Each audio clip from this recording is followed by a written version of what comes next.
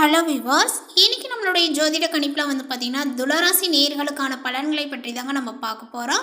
துளராசிக்காரர்களுக்கு வரக்கூடிய இந்த ஜூன் 23ஆம் தேதி என்று பார்த்தீங்கன்னா சில முக்கிய கிரக மாற்றங்களினுடைய பயிற்சிகள் ஏற்பட்டு இருப்பதனால அதனுடைய தாக்கங்கள் துளராசிக்காரர்களுக்கு எப்படிலாம் இருக்க போகுது, இந்த துளராசிக்காரர்களுடைய தொழில் மற்றும் பொருளாதாரத்தில் பார்த்தீங்கன்னா எந்த அளவுக்கு முன்னேற்றங்களானது இருக்கும், இந்த குருவினுடைய உச்சநிலைகள் மற்றும் சுக்கிரனுடைய சஞ்சாரங்கள் உங்களுடைய வாழ்வில் பார்த்தீங்கன்னா ஒரு சிறப்பான மாற்றங்களை உருவாக்க போகுது அப்படின்னு தாங்க சொல்லணும்.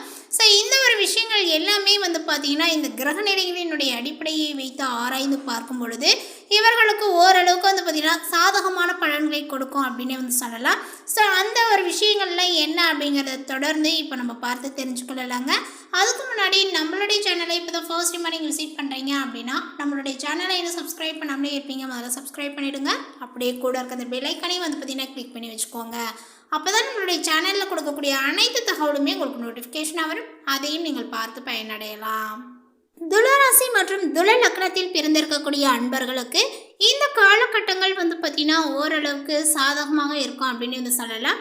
உங்களுடைய உத்தியோக வாழ்க்கையில் பார்த்தீங்கன்னா ஒரு மிகப்பெரிய ஒரு அற்புதமான பொன்னான அத்தியாயத்தை பார்த்தீங்கன்னா படைக்க போகிறது. கடந்த ஒரு வருட காலமாக 9ஆம் வீட்டில் அமர்ந்து உங்களுக்கு அதிர்ஷ்டத்தை வழங்கி வந்த குரு பகவான் இப்பொழுது உங்களது 10ஆம் வீடான ஜீவனஸ்தானத்தில் பார்த்தீங்கன்னா உச்சநிலையை அடைகின்றார். அதனால் இது உங்களது தொழில் வாழ்க்கையில் ஒரு மாபெரும் வெற்றியை கொடுக்க போகிறது. உங்களது உழைப்பிற்கு ஏற்ற இரட்டிப்பு பலன்களும் சமுதாயத்தில் உயர்ந்த அங்கீகாரங்களும் கிடைக்கும் அப்படின்னு தான் சொல்லணும். இதற்கு வலு சேர்க்கக்கூடிய விதமாக உங்களுடைய ராசிநாதனான சுக்கிரனுமே குருவுடன் இணைந்து பார்த்தீங்கன்னா தொழில் ஸ்தானத்தில் இணைந்து இருக்கிறாரு. ஸோ அதனால் ஒரு ராஜ யோகத்தையும் பார்த்தீங்கன்னா உருவாக்க போகிறாங்க. இந்த காலகட்டத்தில் பார்த்தீங்கன்னா உங்களுக்கு அமோகமான வியாபார லாபங்கள் கிடைத்தாலும் இந்த ஜூன் 23ஆம் தேதிக்கு பிறகு பார்த்தீங்கன்னா உங்களுடைய வீட்டிற்குள் வரக்கூடிய இந்த செவ்வாயினால் குடும்ப உறவுகளிலும் ஆரோக்கியத்திலுமே சற்று நிதானத்தை கடைபிடிக்க வேண்டியது அவசியம். அதே போல் உங்களுடைய உத்தியோக வாழ்க்கை என்று எடுத்துக்கிட்டோம் அப்படின்னா ஒரு மாயாஜாலத்தை போல பல அற்புதங்களை பார்த்தீங்கன்னா நிகழ்த்த போகுது அப்படின்னு சொல்லலாங்க. இந்த காலகட்டங்களில் பார்த்தீங்கன்னா 10ஆம் வீட்டில் உச்சம் பெற்று இருக்கக்கூடிய குரு பகவான் இப்பொழுது உங்களது ராசிநாதனான சுக்கிரனோடு இணைந்திருக்கிறாரு.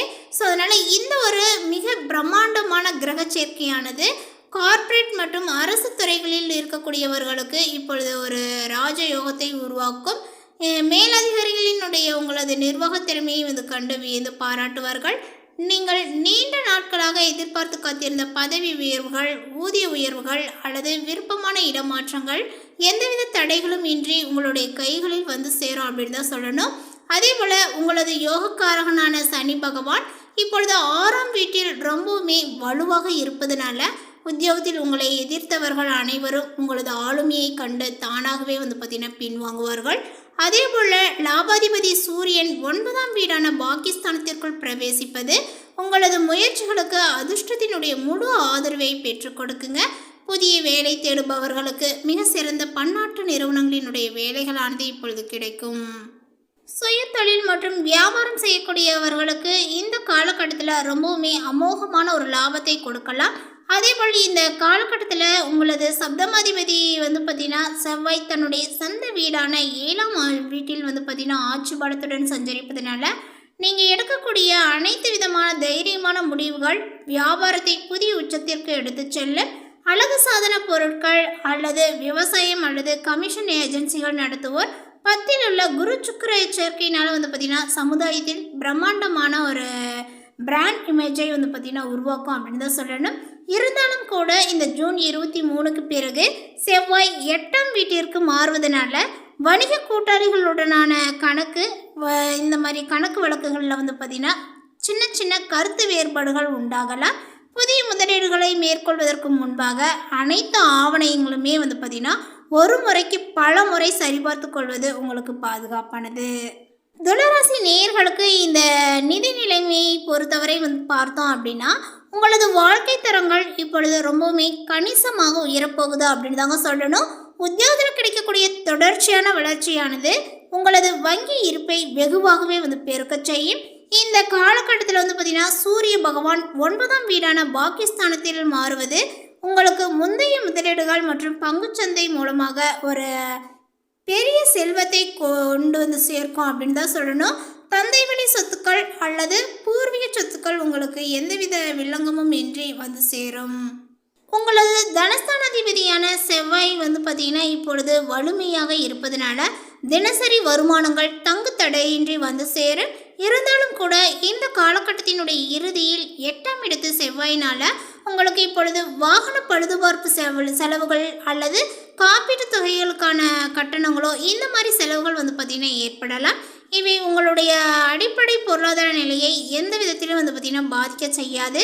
ஸோ வந்து பார்த்திங்கன்னா இந்த ஒரு விஷயங்கள்லாம் உங்களுடைய வாழ்க்கையில் இந்த காலகட்டத்தில் வந்து பார்த்திங்கன்னா நடக்க போகுது அப்படின்னு தான் சொல்லணும். ஆரோக்கிய ரீதியாக நம்ம பார்த்தோம் அப்படின்னா உங்களுக்கு இப்பொழுது சுக்கிர பகவான் உச்ச குருவுடன் இணைந்து தொழிற்ஸ்தானத்தில் சஞ்சரிப்பதனால உங்களுடைய நோய் எதிர்ப்பு சக்தியும் முகப்பொழிவுகளும் மிக சிறப்பாக இருக்குங்க. கடந்த காலங்களில் இருந்த சின்ன சின்ன உடல் உபாதைகள் எல்லாமே மிக விரைவாக வந்து பார்த்திங்கன்னா குணமடைய போகுது அப்படின்னு சொல்லலாம். ஆனாலும் கூட உங்களுக்கு இப்போ செவ்வாய் பகவான் உங்களுடைய 8ஆம் வீட்டிற்கு வந்து பார்த்திங்கன்னா வருவது ஒரு தெளிவான எச்சரிக்கையை வந்து பார்த்திங்கன்னா உங்களுக்கு கொடுக்கும். அஷ்டம செவ்வாய் சஞ்சாரத்தினால வந்து பார்த்திங்கன்னா திடீரென்று உங்களுக்கு முன்கோபங்கள் அதிகரித்தல், இரத்த அழுத்த மாறுபாடுகள் அல்லது நள்ளிரவு பயணங்களில் சின்ன ஒரு சிறு சிறு சறுக்கல்கள்லாம் வந்து பார்த்திங்கன்னா உண்டாகும். வாகனங்களை ஓட்டும்போது கைபேசியில் பேசுவதையோ அல்லது வேகமாக செல்வதையோ முற்றிலும் தவிர்ப்பது அவசியங்க. அதே போல் வந்து பார்த்திங்கன்னா தலைக்கவசத்தை அணிந்து செல்வது ரொம்ப சிறந்தது. யோகா அல்லது தியான பயிற்சிகளை மேற்கொள்வது மனதை மிக அமைதியாக வைத்திருக்கும்.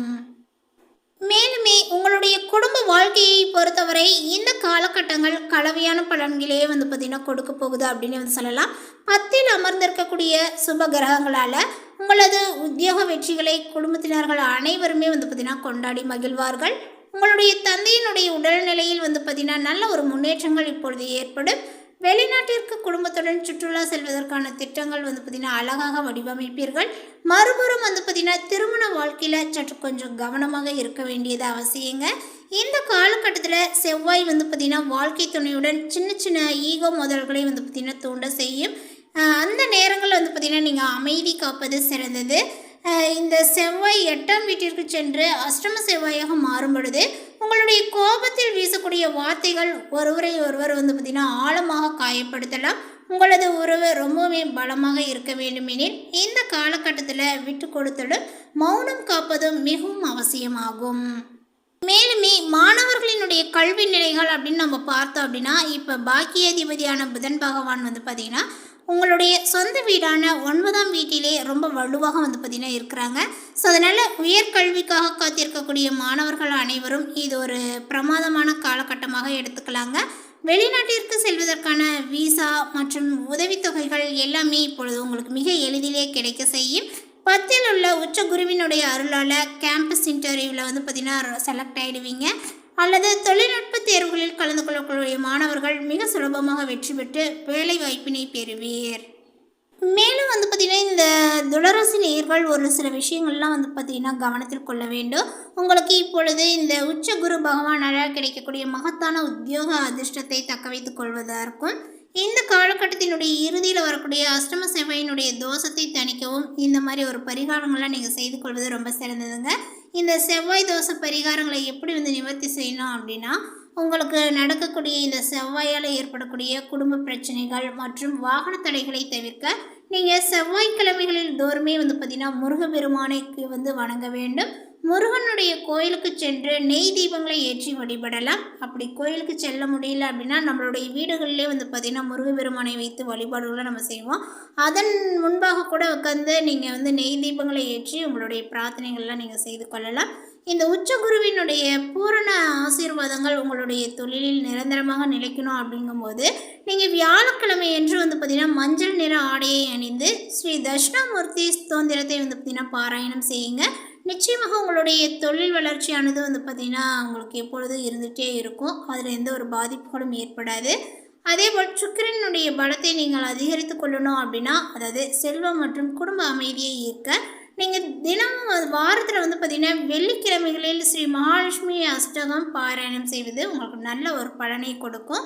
ஸோ இந்த மாதிரி விஷயங்கள்லாம் செய்யும்போது பார்த்திங்கன்னா நெகட்டிவிட்டியாக நமக்கு ஏற்படக்கூடிய அந்த விஷயங்கள்லாம் நம்மளுடைய வாழ்க்கையில் வந்து பார்த்திங்கன்னா நடக்காமல் இருப்பதற்கு ஒரு தடையை வந்து ஏற்படுத்தி கொடுக்கும் அப்படின்னு சொல்லலாம். ஸோ நம்பிக்கையோடு எந்த ஒரு பரிகாரத்தையும் செய்யுங்க.